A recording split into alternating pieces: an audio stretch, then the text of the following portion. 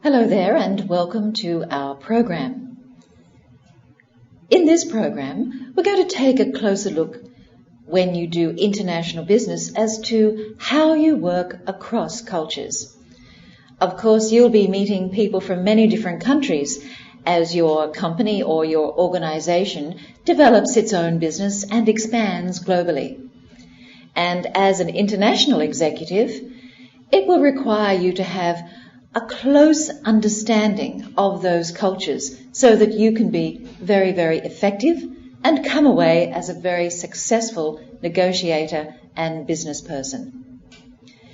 So we're going to take a look at how cultures think, how people from other cultures behave and why that is so. We will also take a look at their business thinking, the way they hold meetings and what is important to them. I can truly say that working with people from other countries really is a great challenge. From my own personal experience as well, I have found that it is a very major task to be able to successfully negotiate and successfully pass your message on to your international partners. However, it takes time and it takes perseverance. And even though it is a challenge, the rewards are very great indeed.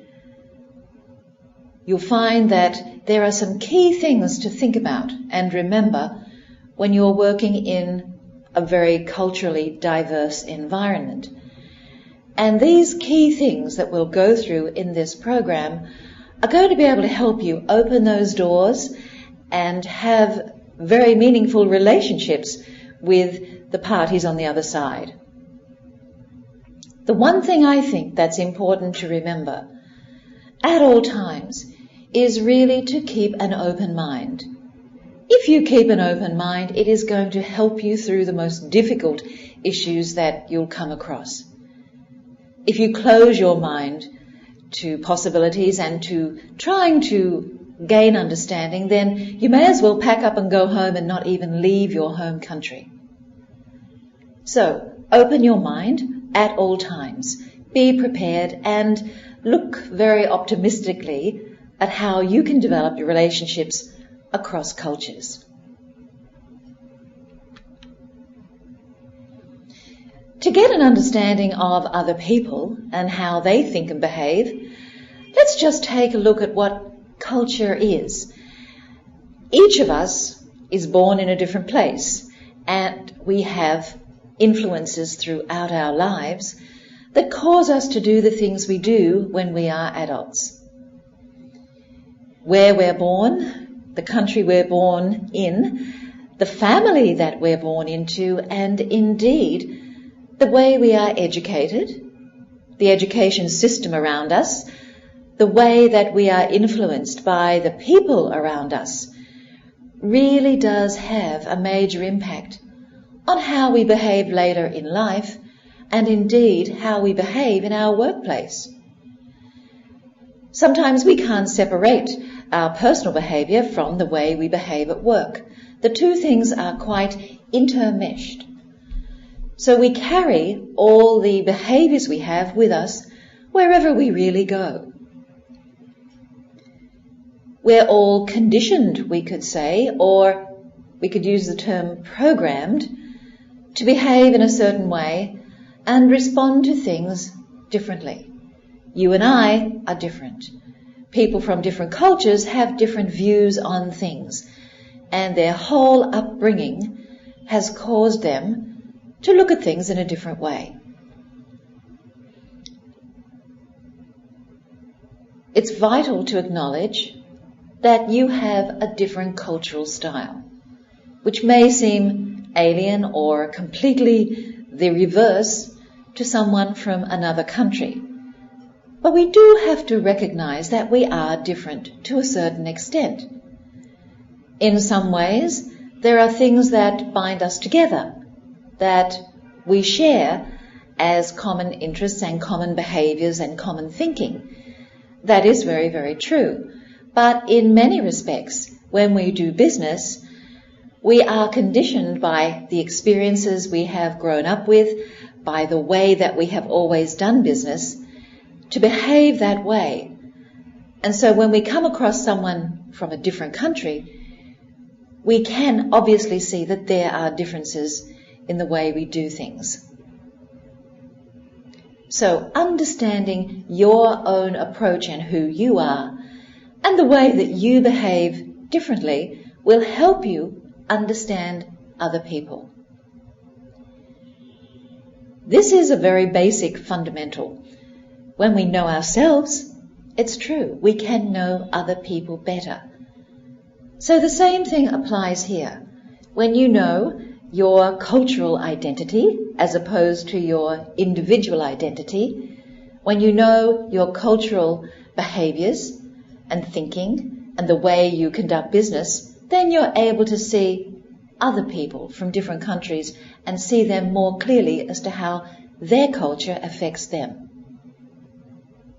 Start thinking as we go through this program, particularly you are here in Vietnam, start thinking about your own particular cultural background and the behaviors that you show and that are due to your culture.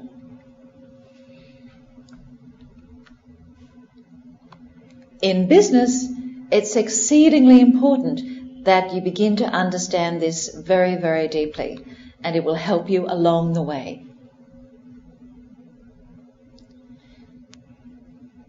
Business is business, we say, and we really want to get on with it when we're visiting our international partners. However, take a closer look. You need to know a few things when you are approaching people from another culture. Never forget that you have a different approach and the other culture has a different approach as well. Sometimes there will be common things, but more often than not, there will be differences. So you have to have your antenna very finely tuned to be able to identify those differences. Only when you understand this, that will you be able to determine where you are similar and where you are different. So you more or less have to take out a piece of paper and start to write a checklist as to the differences you have and who you are and who the other party is as well, what culture they're from and what kind of differences you may know about them already.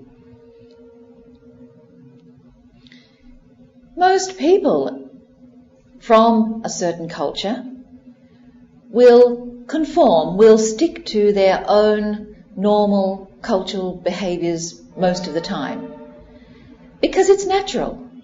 These things have been a habit with you for forever, since you were just a young child. You've developed and been conditioned to think one way and do things a certain way, and so they become very natural. They are more or less automatic. But there will be people who will be able to change those behaviors quite easily. And they will be able to deviate from the norms that have been with them all their lives. They have that ability. It doesn't mean that they will change who they are, but they have the ability to be able to recognize and to perhaps adopt or be flexible and take on some of the habits of another culture which might be beneficial, so to speak. Perhaps that's you.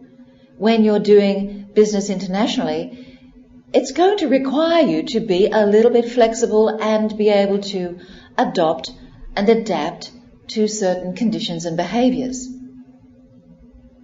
As you're growing up actually in the international business world as we have now, there are things that you are doing now that perhaps you've added to your repertoire of behaviors, we could say, because you find that they are very effective and that you are very agreeable to them and that they work.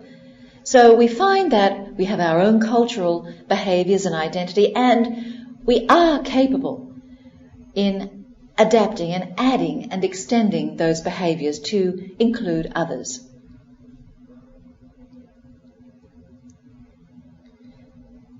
sometimes it does really help if you can speak the language of the other country a little bit or quite well. When you have that ability, and that is a wonderful gift to be able to speak several languages, especially the one where you're doing business. If you have that ability, then that can really open up so much in terms of what you can see and what you can understand. In my own personal case, I have been living in Thailand for many, many years, and I do speak the language. And that has helped me immensely in being able to understand the way Thai people behave, the way they think in business circles, the way they do meetings and plan, etc., the way they confront issues and so forth. So speaking the language is very, very much an advantage if you can do that. So you'll be able to see a lot more about the people of the culture that you're dealing with.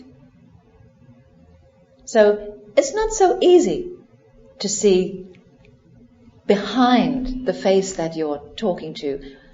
It's much easier if you can, of course, understand and speak the language quite well to be able to see much more.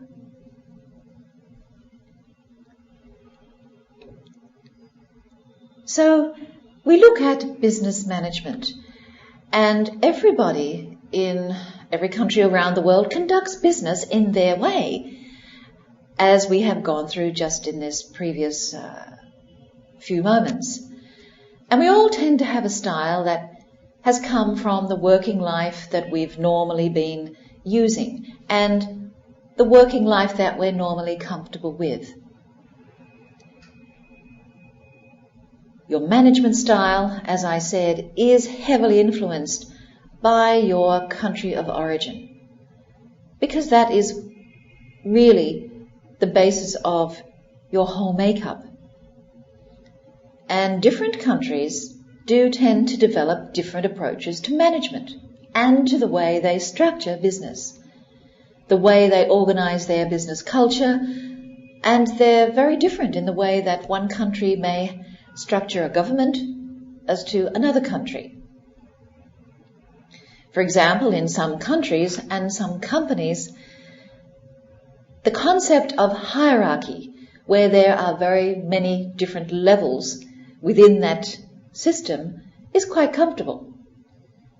But in other countries, having a lot of levels to go through and a hierarchical system may not be very comfortable. In some countries, it's quite well accepted that managers are seen as mentors, and they are there to encourage their staff, encourage their subordinates, and to coach and guide them through their development. Some cultures feel that this is quite a comfortable thing and quite acceptable. However, there are other cultures, as you have probably experienced in your working life, there are other cultures where they expect a more instructional approach from the boss. They don't really accept a mentor approach. They like to see a more directive approach and instructional approach from senior management. These are just two basic things that you may be witnessing already as you are working internationally with people and companies from other countries. So, as I said, and I'd like to recap, when working in a multicultural environment, whether it's one other culture different to your own, or whether it's 2, 3, or even 4 to 5, or many more, you really do need to be aware of your own personal style and how this may be viewed from other countries. People will look at you all the time. They will regard you. They will be watching how you behave. And you will make an impression one way or the other on them. So let's put it this way. You are on show. Whenever you are doing international business, you are always on show and you are representing, in a fashion, your country. People will obtain a view of the country when they actually start working with you. So you are essential. The expectations of other cultures, you have to be very, very aware of what they expect of you and the expectations of other cultures and how they will expect to be managed. People expect different things. You expect something, and your other party will also expect something of you. So be aware of what they expect and how they expect to be managed. So when you are dealing with international clients and international partners, communicate how you approach the working environment. Communicate what you expect, the way you manage. Communicate these things. Let them know. This is one of the most important things you can do to build your relationships as well and get things moving. Let them know how you manage. Let them know how you expect them to work with you. In a very positive way, of course. Use your best communication skills here and have a very good discussion about it. If you do this, then the other party will not be left feeling confused, and they won't be unsure of your intentions. So here, this is putting everything we say out on the table first. So I would suggest in your first meetings that you have together, bring everything out on the table and have this discussion. It can be quite a candid discussion. You can have a little bit of fun and relax about it, but also at the same time, you can point these things out in a very clear way as to how you're going to work together. So everybody then will not be confused, including yourself, and you will not be unsure of the intentions of each party. I would suggest just draw it up all on a whiteboard. Have some fun with this. Make it a kind of event where you can at the same time develop some very nice working relationships and understand each other so much better. So, be open. Start your whole relationship together with just laying it out very clearly what each other expects and how each other works, and then trying to find how you can marry those things to make a very good result.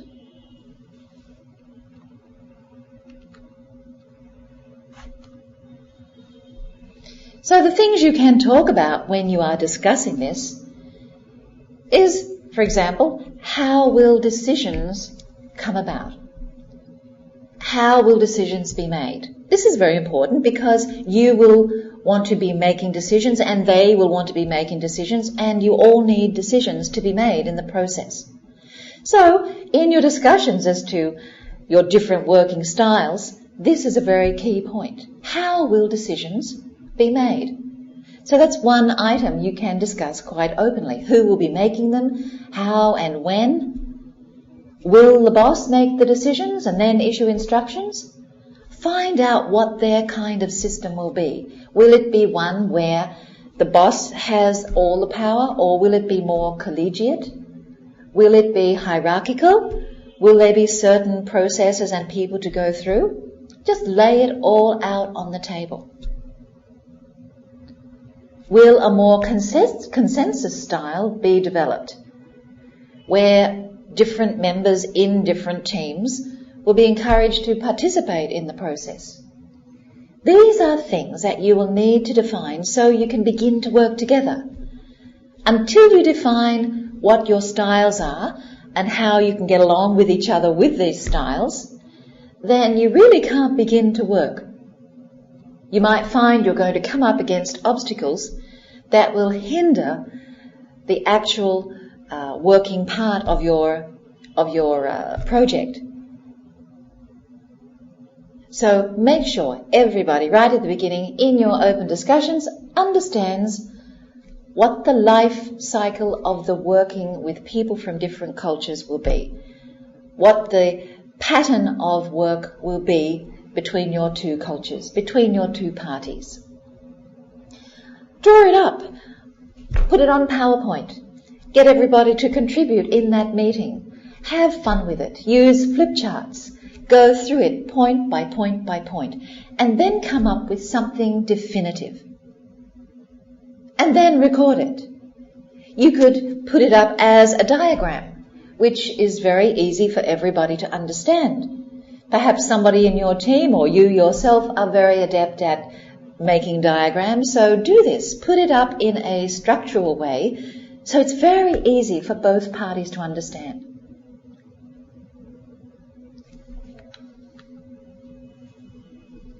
So get everybody engaged in debate about the decision-making processes at an early stage as well. Once you have established your working styles together, the important thing is to make sure everybody feels like they are part of the process. You know very well yourself that when you're dealing in your home country and you're doing your project work or managing, that it's very important that people feel like they're part of the process. So if your team is capable, and indeed they should be in most instances, if everybody is very capable, then having everybody engaged in a debate will give them ownership and make them feel proud and more enthusiastic and excited about the project. Do this right from the start, right from the very, very beginning, because then you will be pushing your project forward. If you wait till later, then you may find that the momentum has been lost, and so to get people excited and involved in decision-making processes later on is too late, and they don't really want to be. They think, why should we be? You didn't ask us in the beginning. So, engage everybody, if you can, in the decision-making process. And, as I said, get team members to agree what the decision-making process is and what is the most appropriate way to do that. For every situation, it may be different, but you need to define clearly how those decisions are going to be made within the team, as I said before. Get everybody to clearly understand that, and you could possibly get them to write back and say back how they do understand it. It's important to put these things in writing as well, so everything is clearly communicated. Remember, before we talked about making communication clear, and oral communication can be clear, but to a point. In negotiations or discussions with people of other cultures, the best method to ensure clear communication is to write it down. So record these things once you've come to your final decisions about them. And make sure that these things are reviewed on a regular basis as well. This is something that's important even in your own home country.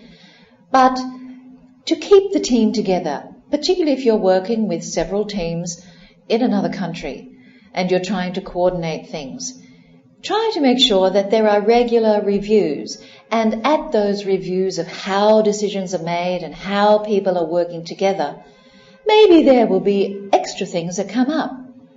Maybe there will be additional things that people want to say or add that could make the whole process better. So it is important that you see regular reviews on the way that you're approaching your work together. And put that in your document too. When you've recorded all of this, make sure you have a plan as to how you can and when you can review this whole process together.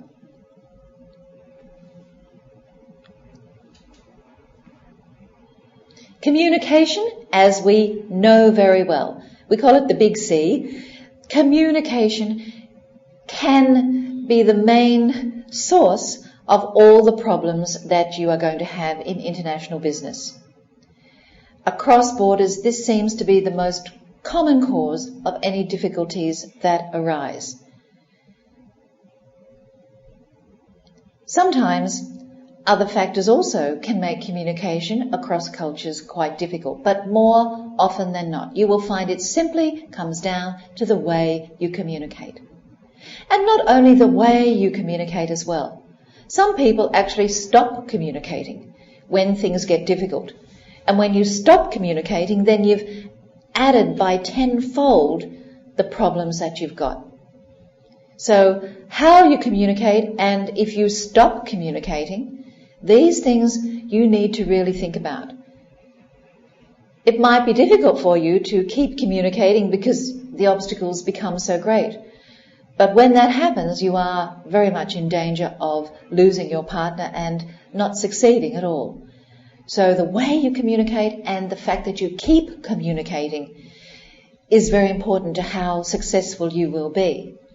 Not only from your side, but the other side as well need to know this.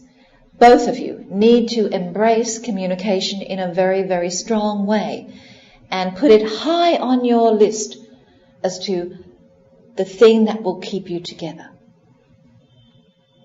Communication, as I said, is absolutely essential. It's the main thrust behind successful cross-border negotiations and business. And we all speak different languages, and sometimes we think the language of another culture, just because of the way it sounds, sometimes we make judgments about the people of that culture. One culture may feel that is terrible, that sounds terrible, so they think the people of that culture are ignorant, or they have negative feelings about the people of the culture. We all have different ways of using our languages, but it doesn't mean that they're negative ways. Sometimes we think that is, but it's not the case usually. So it's important that when we listen to the language of the other culture, we don't make judgments about the people of that culture.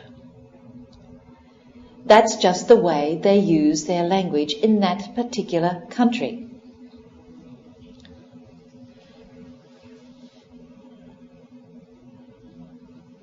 English is perhaps the most common language used in many international business dealings. But the thing is that a major difficulty in many situations is that non-native speakers sometimes are at a serious disadvantage when it comes to international communication. No matter how good somebody can be in a second language, and some people are very, very exceptional in a second language, they really are never as fluent as they are in their own language. Everybody has a mother tongue. And when we use our mother tongue, we're very comfortable. We can think so instantly. We have no worries. But when we are using a second language, unless you are exceptional and have lived in a country for many, many years and are very adept at that language, then no matter how good you might be, sometimes you may falter and it may cause problems for you. Very, very often, as I said, the common language in international business will be English. And native speakers, sometimes they don't make very great efforts to be user-friendly, to help their non-native speaker colleagues. Sometimes they speak very quickly, they forget, they think that the other person actually understands 100% what they're saying. Native speakers need to think very carefully about the way they use their language in an international context. So, a word of caution, if you are dealing with people where English is a second language, just slow down a bit. Think of the other person. They may not catch 100% of what you're saying, and the slang you use will not get you anywhere. Sometimes that slang is just gone in one ear and out the other. It cannot be understood. And remember that English is spoken in different ways by different people. For example, in the UK, English is quite different to English in the US, and most definitely different to English in Australia.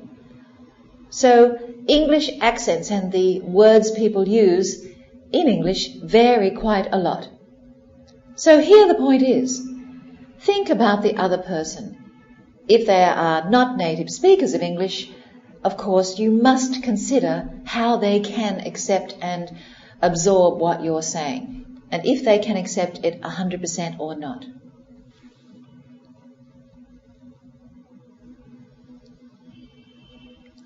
We have many ways of communicating, and we have many different communication tools. In international communication, because we are not in the same country, obviously we would use email very frequently, and we would use conference calling or video conferencing rather than face-to-face meetings because of the logistics, because of the geographical distance.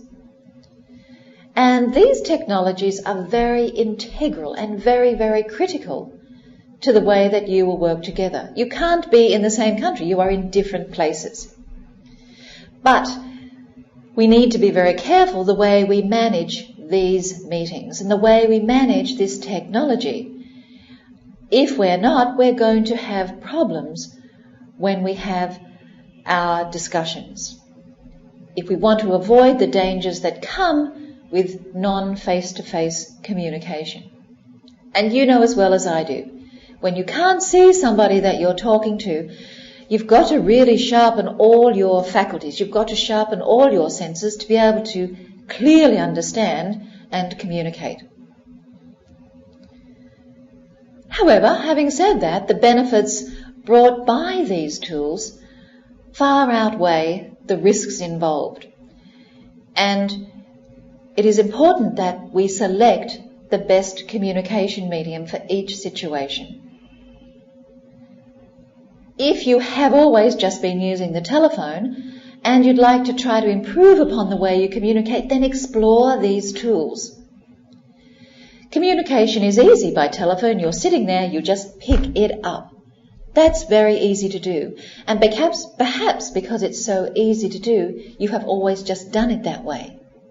But why don't you take a new approach and try to use video conferencing and try to practice it and get used to it. It may connect you a little bit better to your party from the other country. So don't just use the tools that you've been using because that's how you've been doing it all the time.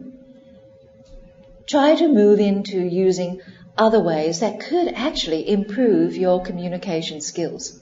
Unless you try, you won't know. So put that effort in there and use different tools.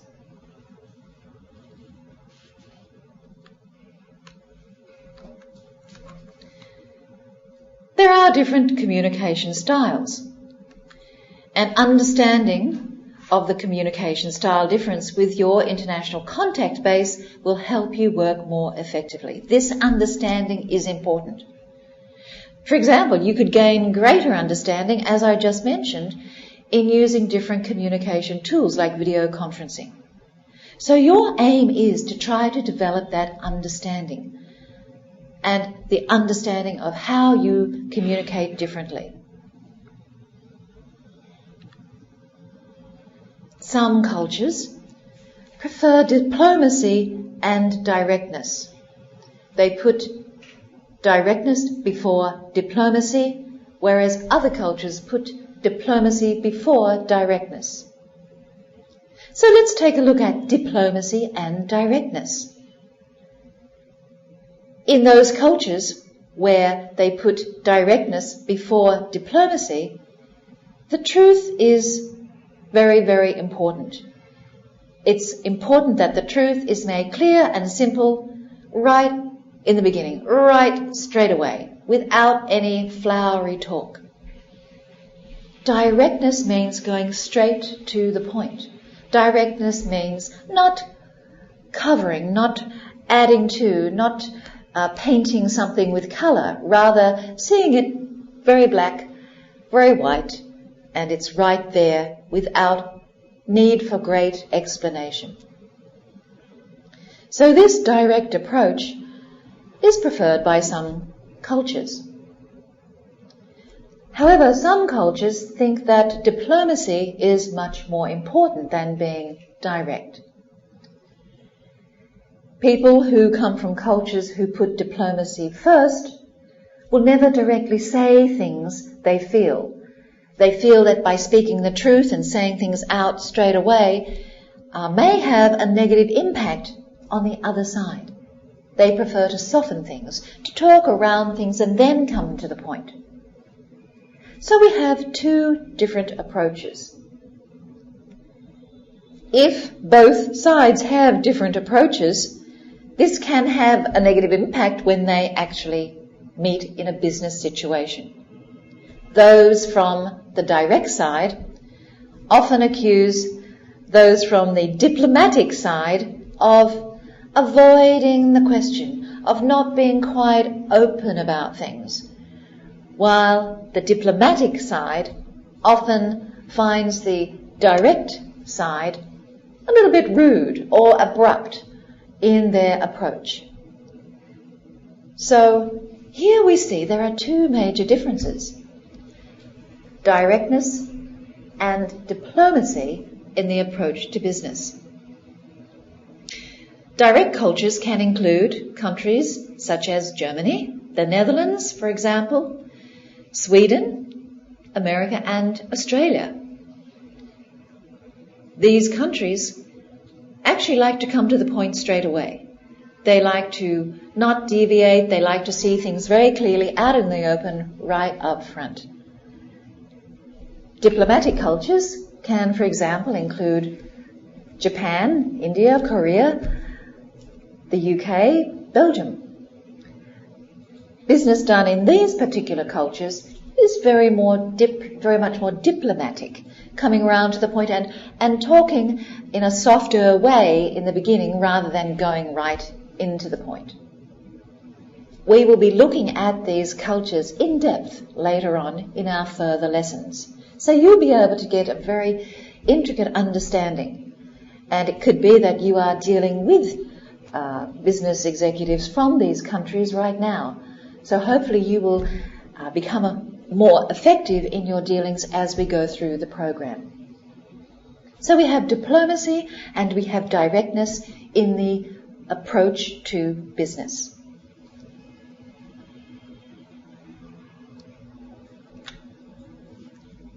Sometimes the language as well can be either literal or coded. This means that some cultures speak in a more or less literal way. They try to say exactly what they mean at all times. And they think if they don't say it so very, very clearly at all times that it may not be efficient to speak. They may think that it's trying to sort of hide things. Other cultures speak in what we call coded language and try to soften what they say because they don't want to offend. So some people are quite literal and some people are quite coded. They soften things. This comes with the directness and diplomatic approach to business as well. People who are quite direct are very literal in their language. Cultures, when they speak in what is generally referred to as a coded language, try to soften things, as I say. They really don't want to offend people. Literal cultures often find dealing with coded cultures very problematic because they don't really understand what is being said. And the same applies to the coded cultures dealing with literal people. Sometimes people who like to use a diplomatic approach and coded language find that people of literal cultures lack a little bit of refinement. They think it's too basic, that their language skills are very, very standard and lack polish or lack finesse. Each side finds the other a little bit difficult perhaps to deal with, but therefore they do acknowledge that they have these differences and then they try to work it out. So this is the important point, getting to know your culture and what your approaches are. When you can identify them, then you can see very clearly where the differences are and how you can solve those problems together. So, as I said, literal cultures can cover Germany, the Netherlands, Sweden, USA, and Australia as before. And those with a more softer approach, a more coded language, as we say, are from Japan, India, Korea, the UK, and Belgium as examples. So bear in mind and try to think now of your language. Is your language literal? Is your language coded when you are speaking to the other party?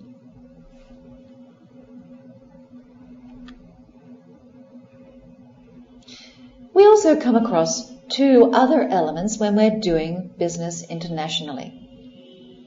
And here we have reserve and emotion. In a previous lesson I did on negotiation skills, we looked at those who are reserved cultures and those who are emotional cultures. And here, this is the point that I would like to talk about in more depth. Calmness and reserve in all business situations is, of course, seen as a very professional approach. And some cultures see that as very necessary. They like it and they prefer it that way. People who, however, are unable to remain professional and show their feelings can be viewed with suspicion by more reserved cultures. So the use of emotion has to be very, very careful, has to be done very, very carefully in meetings. If you are too emotional in a meeting situation, then people of a reserved culture will think negative things about you, about your professionalism. People will misread your intentions. People will not really understand that you're there to do business. They think that you're just there to make trouble and they don't really care about them. Emotional cultures view their reserved counterparts as a little bit unemotional, unthinking, unfeeling. And sometimes there are lots of problems that arise because both of these sides are looking at things in a very different way. Both sides will misinterpret things very differently. Lack of emotion is viewed by emotional cultures as showing a sign of disinterest. Reserved cultures can look as though they are just pieces of stone. And so someone with a lot of emotion will see this and think that the other party is not really interested in what they are saying. So you have people who are neutral, we could say, and quite reserved, and you have the other party who is affective and quite emotional, being in a good sense. And so you have two very different approaches. Reserved cultures, we could say, are from England and Sweden, the Netherlands and Japan, India. Quite often, these cultures will not really show much emotion, and you will see a very sort of straight face. You won't see much body language, many gestures. You won't hear tone of voice going up and down in an animated way. They are very reserved. Those of an emotional culture will use a lot of smiling and talking and use their expressions quite openly and quickly. And their voice as well will have colour in it. And this sometimes is seen by the reserved side as being just too much. And here you find that the level of thinking of the other side will drop. So this is a major point to think about. Your own culture. Are you more reserved or are you more emotional in terms of your approach to things?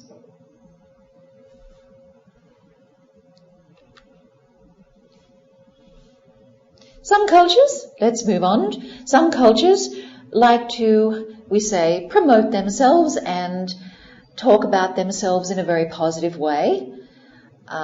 They like to state their capabilities very openly and let people know that they are good at certain things, etc. Other countries, other cultures however, like to remain a little bit quiet about that. They perhaps do not like to overstate what their capabilities are. So we have cultures who are much more self-promotional. And these cultures would find it very difficult to say they were not good at something when they're very skilled in that area. These cultures will only say when they're not good at something if they genuinely have a problem. For example, people from the US or Australia, France and Brazil.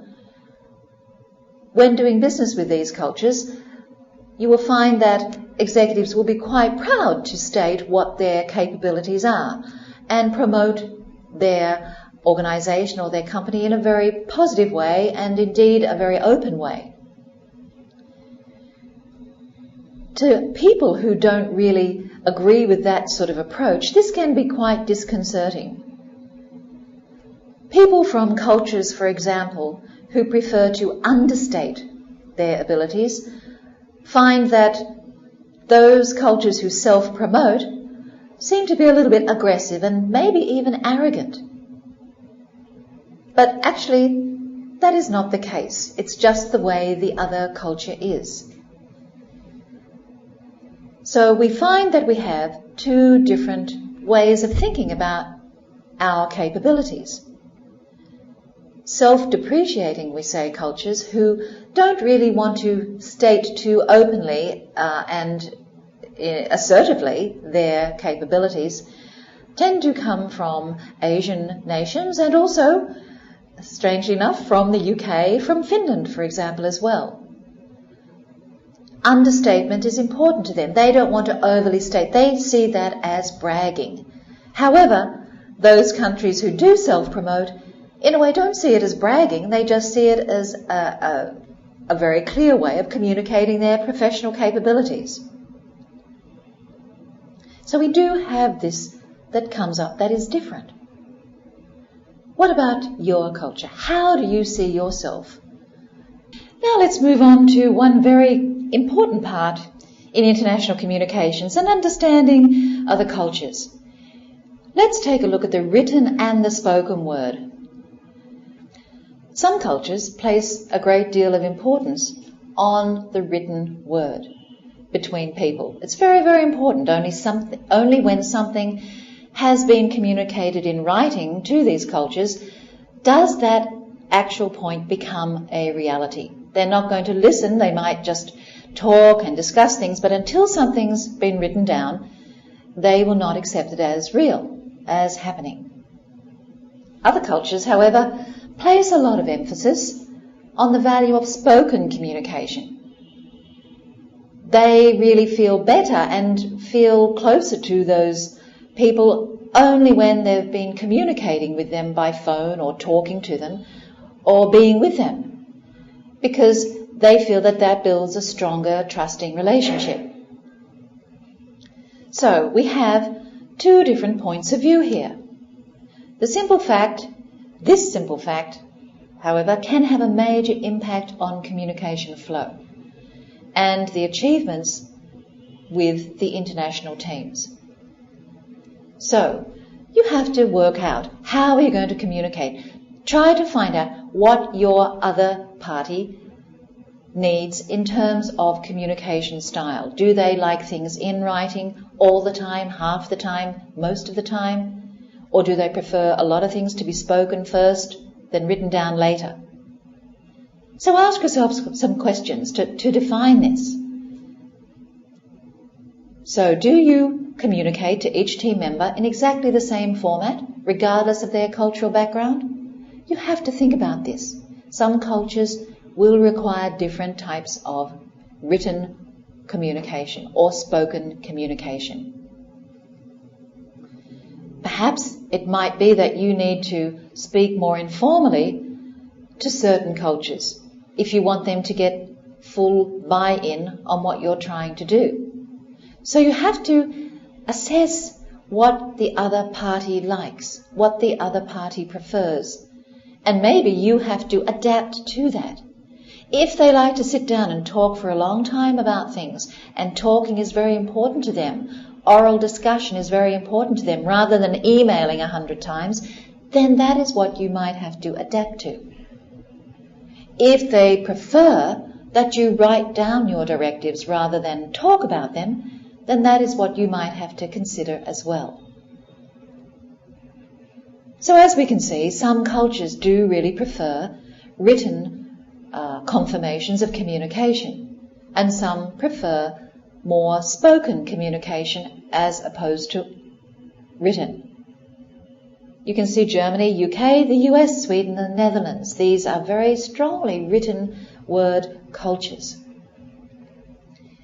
And also spoken word cultures are India, Brazil. Indians do love to have great long discussions. This is very important to them, and then the written part comes later. Spain and Italy too, very emotional cultures, so the spoken word is very important to them. That's how they communicate best. So the written and the spoken word. How about your own culture? Where is your preference in the way you communicate? This can have a big impact on how things proceed. So it does mean that you do need to think very closely about this point.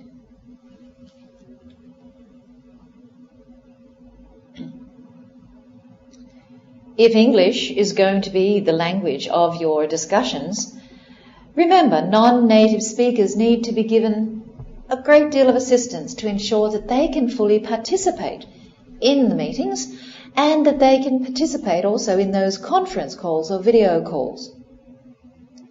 So be careful, be mindful of the fact that across the table from you are people who don't always catch exactly what you've said. You think they have, but you have to remind yourself that that is not always the case. So here, have consideration. Always control your speed of speech. Now, I know that may be difficult to do, but you're going to have to practice it. Dealing internationally with people, you're going to have to practice these points and slow down. Not to a snail's pace, of course. That would be a little bit ridiculous, and that actually could be insulting. So control your speed to a level where it's comfortable and you can gauge from the other party that they are understanding.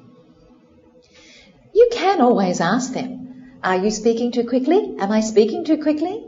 You can ask them. Open up, clarify, and you'll find that they will help you and tell you. They may say, yes, yes, please. So ask them and control your speed. Keep at the forefront of your mind to do that. Slow down, slow down, slow down. Push yourself to really think of this. Being a machine gun and spraying out all the things you want to say is not really effective in doing international business if the other side can't understand you. So you've lost time, and then you have to go back again, and then you have misunderstandings.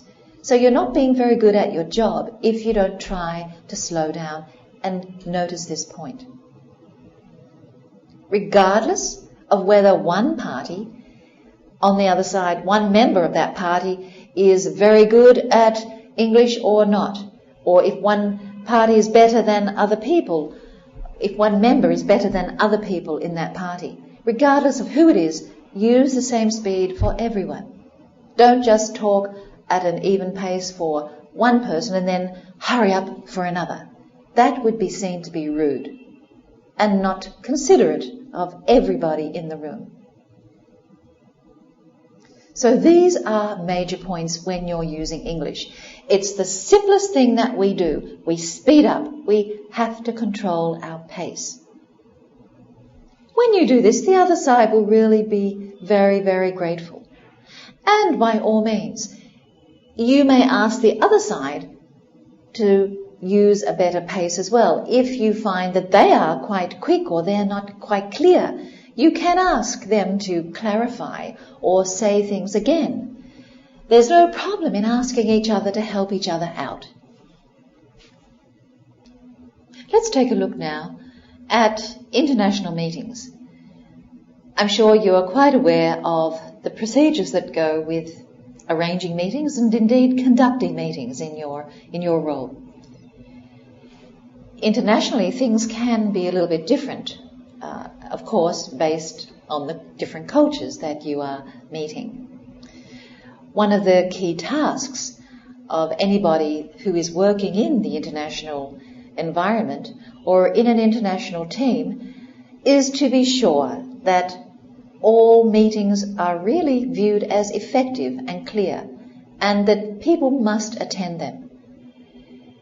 You have no time to waste time when you're dealing internationally, because you are there for a very major purpose. At home, we find that a lot of our meetings do tend to be wasteful meetings, and because of the fact that we're probably in our home base, we don't worry too much about that. That's not how we should view it, but that's how it is.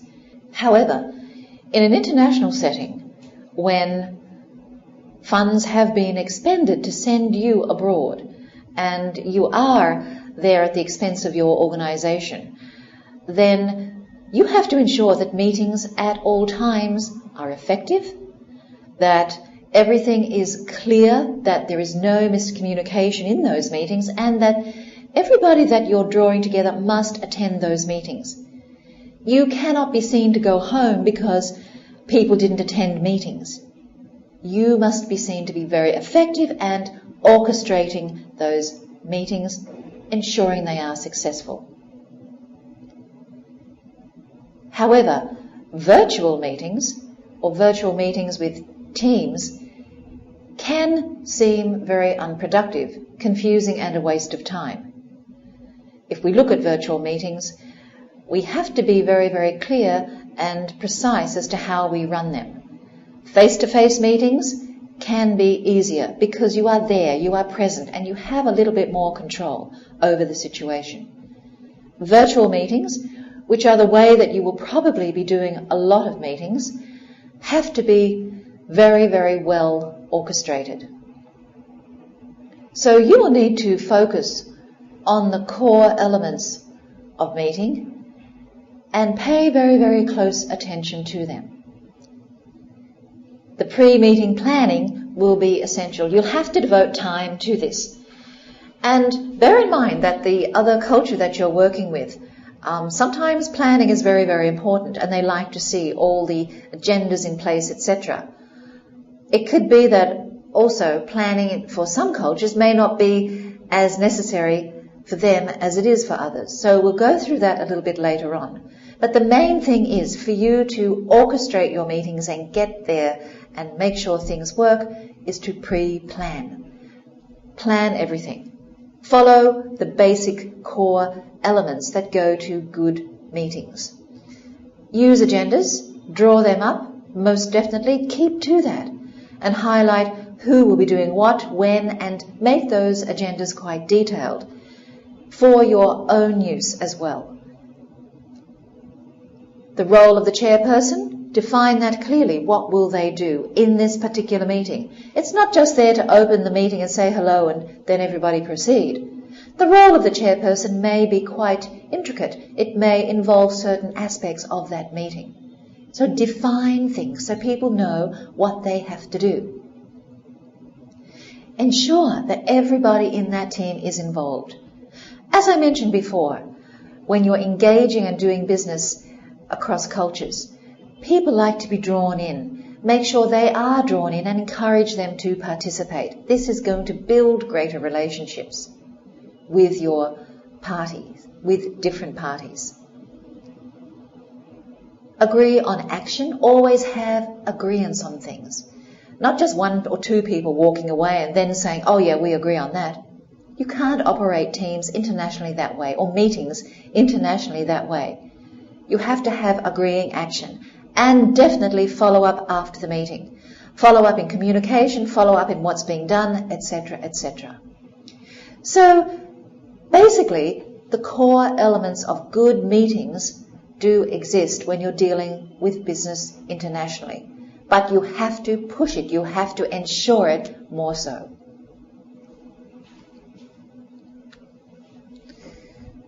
In the pre-meeting planning, The easiest way to be effective, especially for any virtual meeting, is to ask yourself 5 very simple questions. Why am I calling the meeting? If you can't answer that clearly and with some real definition to it, then you know you shouldn't have the meeting. So why am I calling the meeting?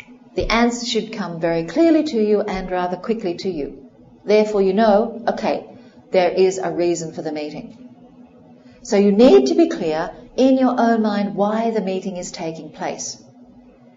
If there's no clear purpose, then nobody else is going to have any idea as well as to why they should be there. You don't want to waste people's time. People have lots of other things to do in the project that you're involved in. So, first of all, define the purpose, if there is a purpose indeed. Is a meeting the best way to achieve the goal you've set for yourself? Is a meeting necessary? Is it the best way to solve or achieve that goal? That's the next question. If you can't answer that clearly, then you might be thinking, well, perhaps we could email a few bits of information first and then come to a discussion. So ask yourself, is the meeting the best way to achieve what you want to do? Could it be achieved, as I said, through a different way? Put yourself in the shoes of the other attendees. Will they see the point to the meeting? Quite often we find that if we don't get the other attendees seeing the point to the meeting, then we're going to find it difficult to get buy-in from the other side. If they all sit around and think, why are we here? We could have really done this another way. Let's discuss it later. If you don't put yourself in the other party's shoes and feel whether it's necessary to be there and see it from their point of view, then you may have difficulty in that meeting. Think about this issue well in advance of the meeting, not 30 minutes before the meeting is due to start. Think about it first. Give time beforehand so you're not going to interrupt the working timetables of other people unnecessarily. Who should be invited? Who should come to this meeting? They can really only be effective, if the necessary people are there. Think hard about it and find out who exactly needs to be invited. Does everybody who usually comes to the meeting need to be there the second time? If you start just inviting people because they were there the last time, then that's not being very effective at all. That is wasting time, and you are being ineffective. So really regard this point very, very closely. And also, be careful, think laterally. Maybe there could be somebody else who could come along who could help that meeting move forward if they were invited. So think laterally, think outside the box. Try to make sure that your meetings are very effective every time and that they just don't become mundane and boring events that people fall asleep in. And that they just don't waste time and money. Make sure, if you're going to have to make decisions at this meeting, that the key people to make those decisions are there. Make sure that they are told well in advance and that they can schedule time to come along and that they don't have any other commitments. So this is very important. So you need to plan ahead, look ahead as to who should be there and give them the time to rearrange their schedule to be there, particularly if they've got to make a decision. And finally, be careful not to offend anybody or play politics in arranging meetings. Sometimes you may find there's a disruptive character that is involved in meetings, and that may cloud your thinking as to that person, and you'd prefer them not to come along. But be careful, in other cultures, that person may be required to be there regardless of how you feel they are disruptive. So these are things you need to think of very carefully, dealing internationally. That person may be seen as necessary by the other culture to come along. So don't play politics. It's something that we automatically do without thinking, and perhaps that is not correct that we do that. So just be mindful that this does happen, and you need to be very professional in how you invite the attendees to your meetings.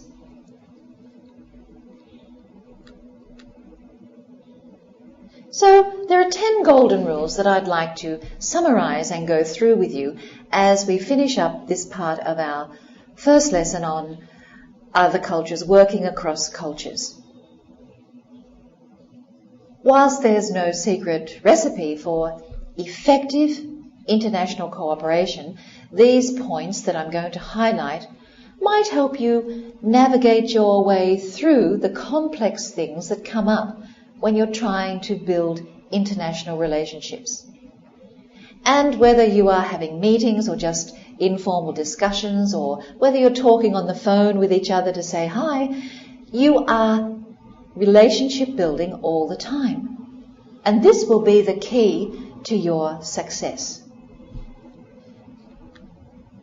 So the first point I'd like to mention is avoid making instant judgments and assumptions about people regarding their working style.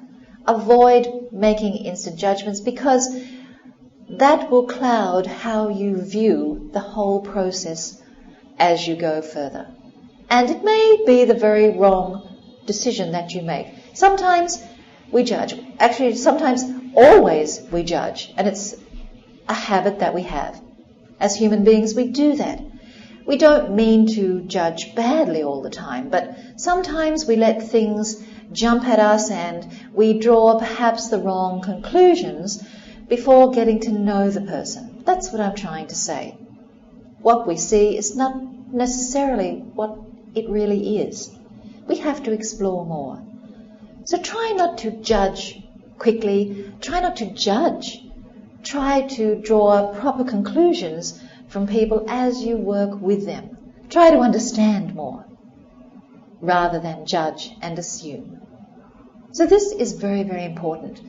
And indeed, you will want the other party to not judge you as well, straight up. You will want them not to judge you just because you work differently to them. You would want them to understand you more, wouldn't you? So this comes also to putting yourself in the other person's shoes, and that will help you know how to view each other. Point number 2, try to do some research on any culture that you will be working with. This is essential. This will help you immensely. It'll give you confidence. It'll give you a clearer view. It will make you feel not so much a stranger to the other side. And it will give you valuable insights into the way you should perhaps open your discussions and open your meetings. It doesn't take a lot of time. This is a quality investment. This is something you should do as preparation for your business trip overseas, or as preparation to meeting someone in your offices here in Vietnam when they come to visit. So do that research. You have the tools available. In these lessons, we are going to go through some of the research and backgrounds on different cultures, and so you will be able to be fully equipped or have a basic idea of how to proceed with different cultures. So look forward to that with further lessons that we're going to do together. Point number 3. Try to understand how your leadership style might be viewed through the eyes of the team members from different cultures. They may view your style as a little bit crazy. It may be so very new and different that they've never seen it before, and they may laugh at it. They may question it. They may think it's ridiculous. So when you're dealing with teams particularly, now this is different to just having a meeting one-on-one or two-on-two or with a group of people internationally. Here I'm talking about whether you are going to be leading a team of people from another culture. So they will be looking at you and watching how you lead them. So try to understand your style might be quite different to how they normally have been managed or normally have been led. And as I said, in the research and what we go through together later on, you'll be able to know a little bit more about that. Sometimes when we're dealing with different cultures, it's good to remember that not all the obstacles that come about or not all the problems arise from cultural differences. Sometimes the issues could be personality-based, or technical issues that cause the problems, or just commercial, business issues that cause the problems. So be open to that. You may be getting along very well culturally. You quite understand each other's cultural differences.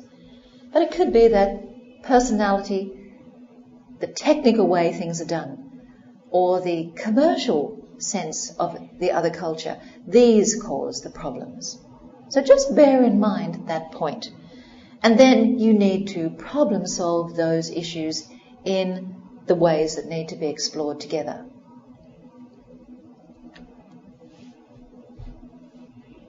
Here we come to point 5. Just because people do things differently in another country doesn't mean that they're doing things wrong in their approach. They may be not quite correct in your thoughts, but it doesn't mean they are necessarily wrong. It's just that they are different. So please try to understand that this is a point to consider. They may be looking at you the same way as well. So just because we are doing things differently doesn't mean we are wrong, and it doesn't mean we are bad at things. This is something you have to be aware of as you work with other cultures. And now we come to number 6, about ideas. Okay, a good idea is a good idea, regardless of where it comes from.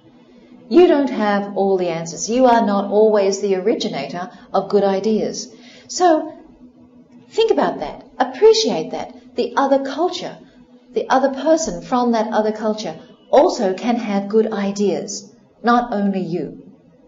So here, this is where you have to share and understand that you're not the only one. You're not the upper hand in having ideas. You are not the one who has the superior ideas. Other people from other cultures do have great ideas too. So remember that. Also remember, not all ideas from head office are good ideas as well.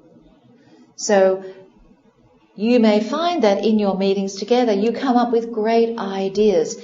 All the ideas from head office may not be the ones that you want. So working well with your partners of different cultures can bring forward great ideas.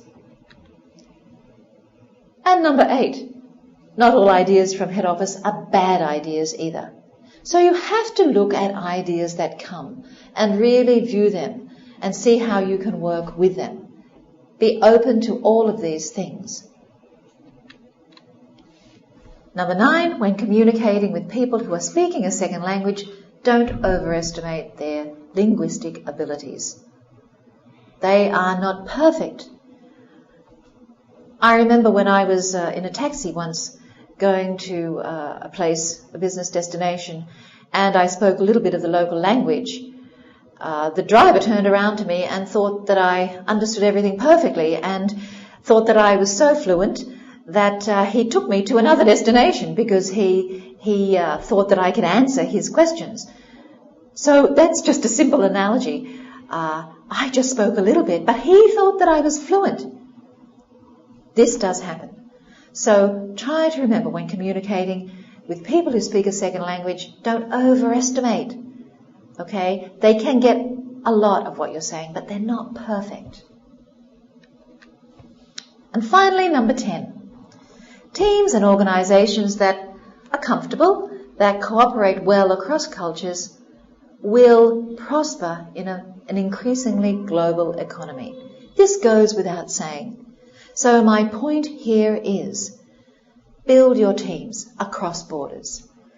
Everybody should be developing relationships across borders. This is the key. And when you cooperate well across borders, then global business increases. The development of your organization internationally increases. Not only is your marketplace your domestic marketplace, the world can be your marketplace. And if you do well internationally, then there is no boundary to what you can achieve.